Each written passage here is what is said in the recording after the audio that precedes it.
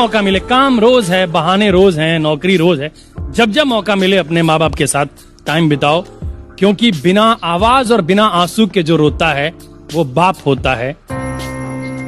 जो अपने बच्चों की तकलीफों के छेदों को अपनी बनियान में पहन लेता है वो बाप होता है। ये सच है कि 9 महीने पालती है माँ हमें पेट में, पर 9 महीने जो दिमाग में ढोता है वो बाप होता है। अरे वाह।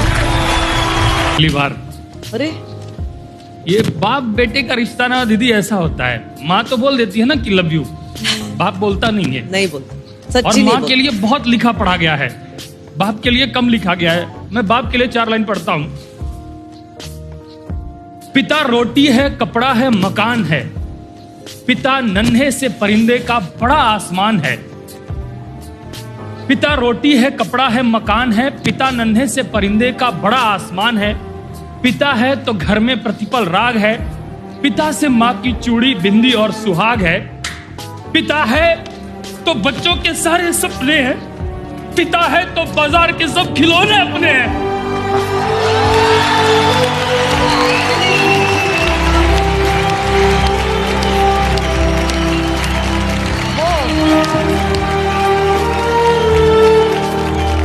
पे फातिहा पढ़ने नहीं आया क्योंकि मैं जानता था तुम मर नहीं सकते।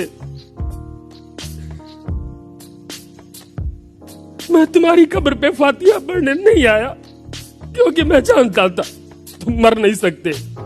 तुम्हारे मरने की सच्ची खबर जिसने फैलाई थी वो झूठी थी। हर पल अपने होने का एहसास देते हैं, तुम्हारे हाथ मेरी उंगलियों में सांस लेते हैं। जब भी कुछ लिखने के लिए कागज और कलम उठाता हूँ तो मैं सामने कुर्सी पे बैठा पाता हूँ। मैं तुम्हारी कब्र में दफन हूं, तुम मुझ में जिंदा हो। कभी फुर्सत मिले तो फातिहा पढ़ने आ जाना।